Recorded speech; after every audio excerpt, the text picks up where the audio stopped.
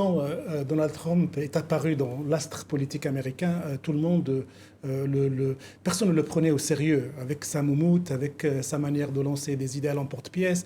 C'était presque une espèce de Coluche sans humour qui allait faire de la politique américaine. Riche. Un Coluche riche. Mais depuis un certain temps, depuis qu'il épouse l'ère de son temps, il commence à prendre des prises de position, notamment sur les musulmans. Et normalement, cette position aurait dû être beaucoup plus scandaleuse, aurait dû susciter beaucoup plus de scandales que ça. Mais on a l'impression qu'elle est audible, qu'elle a trouvé un auditoire américain.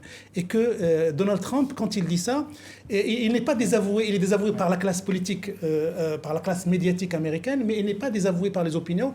Ils se sont poussés des ailes. C'est vrai qu'il y a cette montée des mouvements populistes partout. À qui la faute ? À qui la faute ? Peut-être à ceux des gouvernants de droite comme de gauche qui n'ont pas su répondre aux aspirations sociétales, comme on disait tout à l'heure. Et c'est peut-être vrai aussi aux États-Unis. Ce qui m'inquiète, effectivement, dans le cas de Donald Trump, qu'on pourrait, je dirais, à la limite considérer comme un cas unique, c'est que finalement, ses positions déteignent sur les autres candidats à ces primaires américaines. À telle enseigne que quand il dit qu'il ne veut plus des Mexicains, d'ailleurs, il y en a de moins en moins, il y en a d'ailleurs beaucoup plus qui retournent. Mais quand il dit qu'il ne veut plus des Mexicains, qu'il va construire un mur, tous les autres candidats le suivent sur l'idée de construire un mur de 3000 km.